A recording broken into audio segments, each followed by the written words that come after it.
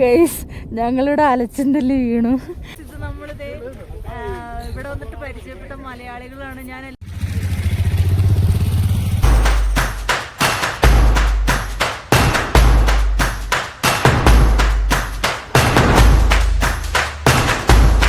Friends, അപ്പോൾ നമ്മൾ യാത്ര തുടരുകയാണ്.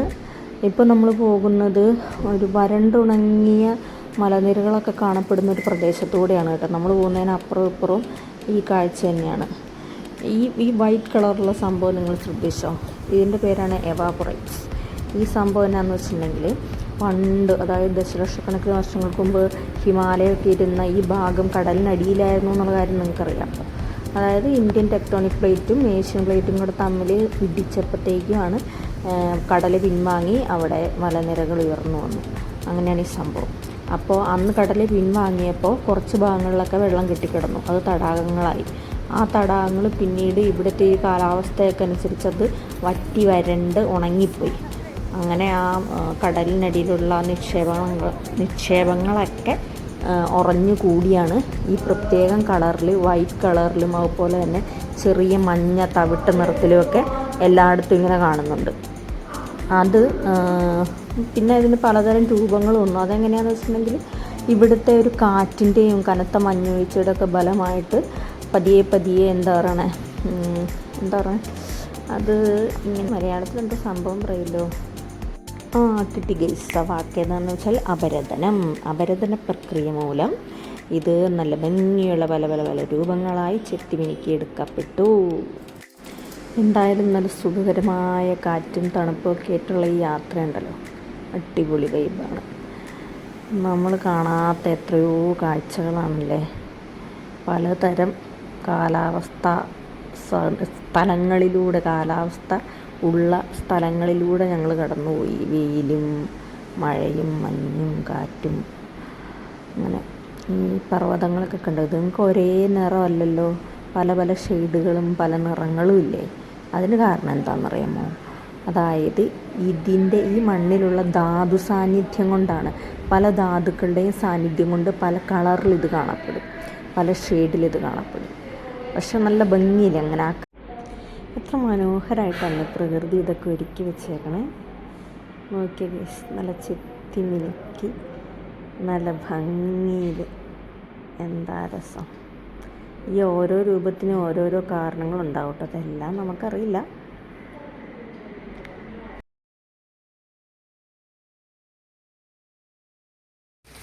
ഗൈസ്, ഇത് കണ്ടില്ലേ, മുകളിൽ മലയെന്ന് ഇവർ പൈപ്പിട്ട് കൊണ്ടുവരുന്ന വെള്ളമാണെന്നാണ് പറഞ്ഞത്. അപ്പോൾ ഇവിടെ എല്ലാവരും ഈ വെള്ളമാണ് ഡയറക്റ്റ് എടുത്ത് കുടിക്കണത്. ഇവിടുന്ന് എല്ലാവരും വന്ന് കുപ്പിയിൽ വെള്ളം എടുത്തുകൊണ്ട് പോകുന്നുണ്ട്. കണ്ടോ, ഇതൊരിക്കലും നിലയ്ക്കില്ല. ഇത് ഇങ്ങനെ ഒഴുകി ഇതിങ്ങനെ പോയിക്കൊണ്ടേയിരിക്കും. ഇതുവഴി ഒഴുകി എനിക്ക് കൃഷിക്ക് തോട്ടത്തിലേക്കൊക്കെ വിട്ടേക്കുവാണോന്നറിയാൻ പാടില്ല. ഇതെപ്പോഴും 24 മണിക്കൂർ ഇങ്ങനെ ഒഴുകിക്കൊണ്ടിരിക്കും. ഒഴുകുന്നാണ് എല്ലാവരും ഡയറക്റ്റ് വെള്ളം എടുത്ത് കുടിക്കുന്നത്. അപ്പോൾ ഞങ്ങൾ കുപ്പിവെള്ളം വാങ്ങാൻ കയറിയതാ. അപ്പോൾ ആ കൊച്ചു പറഞ്ഞു ഇത് കുടിക്കാൻ പറ്റുന്ന വെള്ളമാണ്. കുടിച്ച് നോക്കിയപ്പോൾ നല്ല ടേസ്റ്റും നല്ല തണുപ്പും. ഞങ്ങൾ കന്നാസിലൊക്കെ നിറച്ച് ഇവിടെ ഇഷ്ടം പോലെ വെള്ളമാണ്.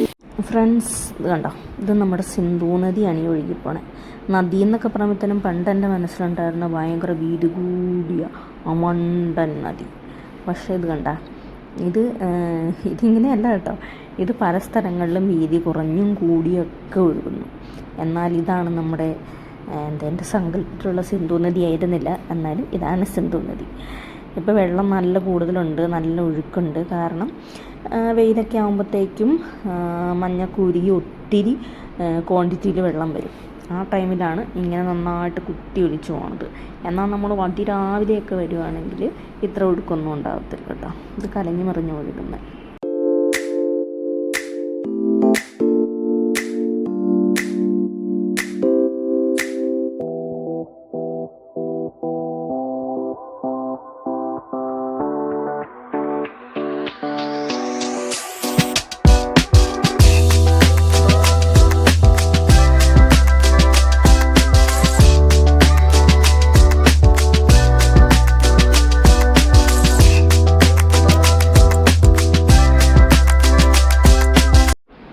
ബുദ്ധക്ഷേത്രം കേട്ടോ.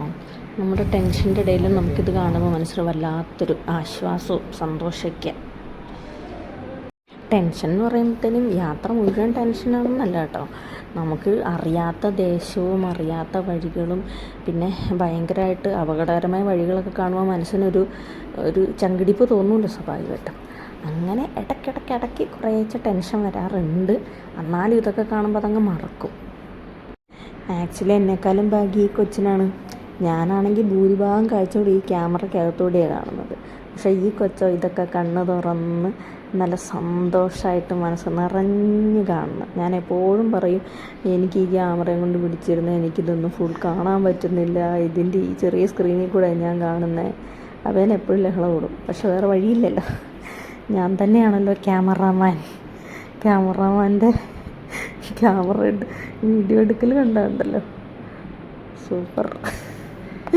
ഇവനെന്നെ ഏത് നേരം വഴക്കുറ, ഇങ്ങനെയാണ് എടുക്കണം, അങ്ങനെയല്ല ചെയ്യേണ്ടത്, ഇങ്ങനെ ചെയ്യണം. ആദ്യമായിട്ടാണ് ഞാൻ ഈ സംഭവമൊക്കെ ചെയ്യുന്നത്. എനിക്കറിയാവുന്ന പോലെയൊക്കെ ചെയ്യാൻ പറ്റുള്ളൂ.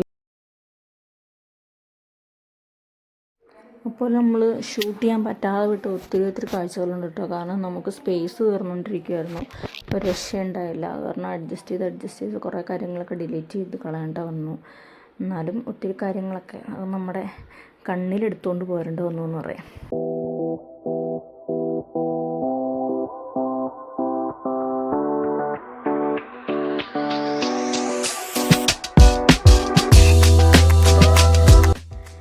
അപ്പോൾ നമുക്കിനി ലേയിലേക്ക് വളരെ നിസ്സാര ദൂരം ഉള്ളൂ കേട്ടോ, ഒരു 84 കിലോമീറ്റർ. അങ്ങനെ 84 കിലോമീറ്ററും കൂടെ ഫിനിഷായാൽ നമ്മളെവിടെ എത്തും, ലേയിലെത്തും. ഇപ്പോൾ റോഡിൻ്റെ 2 സൈഡിലും നമ്മൾ പച്ചപ്പുകളൊക്കെ കാണുന്നുണ്ടല്ലേ. ഇവിടുത്തെ വൃക്ഷങ്ങൾ കണ്ട അത് സ്തൂപികാഗ്രങ്ങളായിരിക്കും. ഈ കാലാവസ്ഥയിൽ സർവൈവ് ചെയ്യുന്ന മരങ്ങൾ ഇതൊക്കെയാണ്. അതുകൊണ്ടാണ് ഇവിടെ മരങ്ങൾ സ്തൂപികാഗ്രങ്ങളായിട്ട് കാണുന്നത്. ഈ പച്ചപ്പും അതിൻ്റെ ബാക്ക്ഗ്രൗണ്ടിൽ വരണ്ട മലനിരകളൊക്കെ വരുമ്പോഴുള്ള സീൻ കണ്ട അടിപൊളിയായിട്ടുണ്ട്.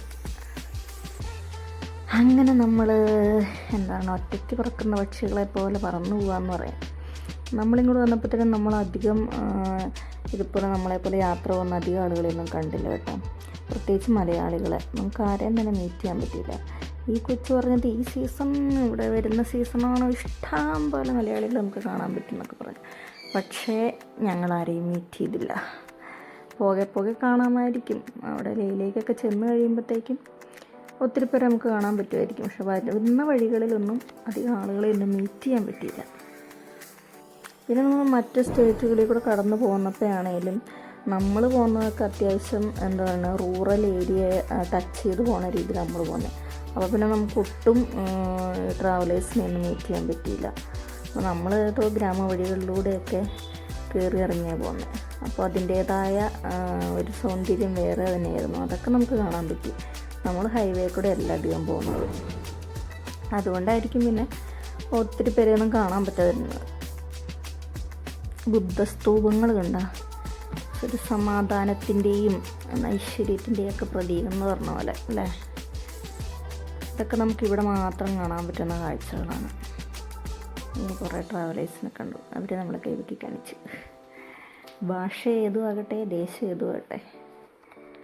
അങ്ങനെ നമ്മൾ ലേയിലേക്ക് വന്നു കേട്ടോ. ഓൾമോസ്റ്റ് നമ്മളവിടെ എത്തിച്ചേർന്നു. അപ്പോൾ നീണ്ട യാത്രകൾക്ക് ശേഷം ഇനി നമ്മൾ 2 ദിവസം റെസ്റ്റ് എടുക്കാൻ പോകുന്നു. ഇവിടെ നമ്മൾ റെസ്റ്റിലായിരിക്കും 2 ദിവസം. ഹലോ ഫ്രണ്ട്സ്, അപ്പോൾ നമ്മളിപ്പോൾ ലഡാക്കിലാണുള്ളത്. നമ്മൾ 2 ദിവസം മുമ്പാട് ഇവിടെ വന്നായിരുന്നു. അപ്പോൾ നമ്മളിവിടെ 2 ദിവസം ഇവിടെ റെസ്റ്റിലായിരുന്നു. ഇവിടെ വന്നു കഴിഞ്ഞാൽ 2 ദിവസം റെസ്റ്റ് എടുക്കണം എന്നൊക്കെ ഇതിൻ്റെ വെബ്സൈറ്റിലും പിന്നെ നമ്മളെ കണ്ട ഒരുപാട് പേരും പറഞ്ഞായിരുന്നു ഇവിടെ വന്ന എക്സ്പീരിയൻസ് ഉള്ളതായി.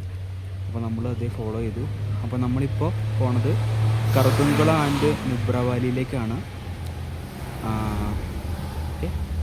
ഓക്കെ, പോവാ. ഞങ്ങൾ 18,000 അടി ഹൈറ്റിലേക്ക് പോകാൻ പോവാണ്.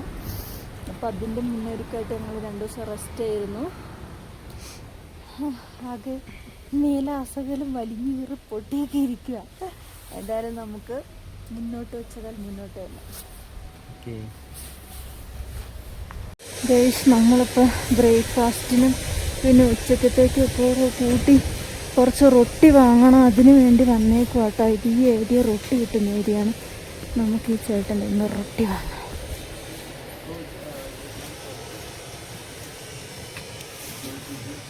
ഇതങ്ങളെ റൊട്ടിന് ഡിച്ചിരുന്നത്. ഈ റൊട്ടിക്കൊക്കെ ഭയങ്കര ഹാർഡാട്ടോ ഈ റൊട്ടിയൊക്കെ തീറ്റൊക്കെ.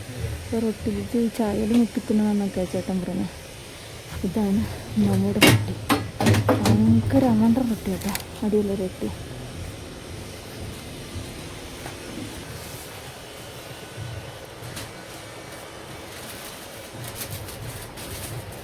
ഇതാണ് നമ്മുടെ റൊട്ടി. രാവിലെ തന്നെ ഒരു വേണ്ട. അപ്പം നമുക്ക് നമ്മുടെ റൊട്ടി കിട്ടി. ഇനി നമ്മൾ കിട്ടിയ റൊട്ടിയുമായി പോവുകയാണ് ഗൈസ്. ഞങ്ങളിവിടെ അലച്ചിണ്ടല് വീണു. ഇവിടെ കാര്യമായ പ്രശ്നങ്ങളൊന്നുമില്ല, എന്നാലും അവിടെ നിറച്ച് അരളുണ്ട്. എന്താ സംഭവിച്ചത്? ഇതിനൊക്കെ മോശമായ റോട്ടിൽ കൂടെ ഞങ്ങൾ വന്നതാണ്, പക്ഷെ വീണില്ല. പക്ഷെ അതേ ഞങ്ങളുടെ ബൈക്കിൻ്റെ കണ്ണാടിയൊക്കെ പോയി. ഞങ്ങളുടെ ബൈക്കിൻ്റെ കണ്ണാടിയൊക്കെ പോയി കഴിച്ച് ഞങ്ങൾ എന്തൊക്കെ കാണിച്ച് ഒട്ടിച്ച് വെച്ചു. ഇനി മാറാനൊന്നും ഇപ്പോൾ സമയമില്ല. എൻ്റെ കയ്യും കാലും ബൂട്ടൊക്കെ പൊട്ടിയാകെ നാശമായി. സാരമില്ല, നമുക്ക് പോവാ. കീറുക മക്കളെ, ഞാനിവിടെ ഉണ്ടെന്നും പറഞ്ഞാൽ നമ്മുടെ ബുദ്ധനാരവിടെ ഇരിക്കുന്നുണ്ട്.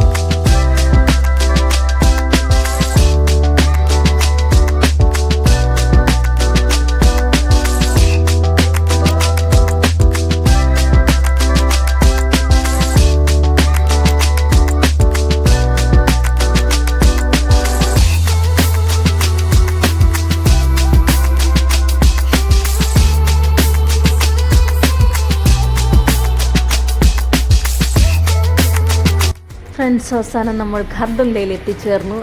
നോക്കിയാൽ നല്ല തിരക്കാണ് ഇവിടെ. എല്ലാവരും സന്തോഷത്തിലാണ്, അതിലധികം സന്തോഷത്തിലാണ്. നമ്മൾ ഇത്രയും ദിവസം നീണ്ടു നിന്ന നമ്മുടെ കഠിനമായ യാത്രകൾക്ക് ശേഷം നമ്മളങ്ങനെ നമ്മുടെ ലക്ഷ്യത്തിലെത്തി ഗൈസ്.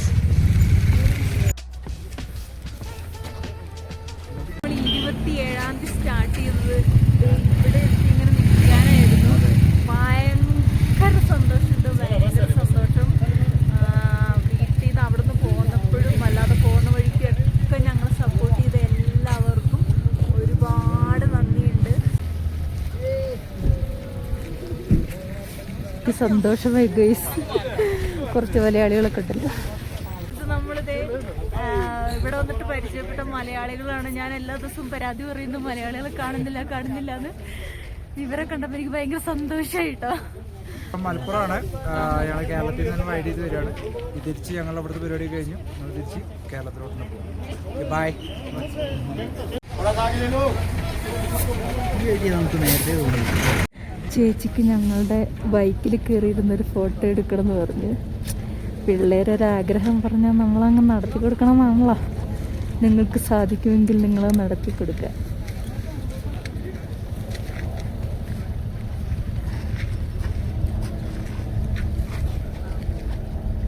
ഇവിടെ നിന്ന് നേരെ മുബ്ര വാലി പോയി നാളെ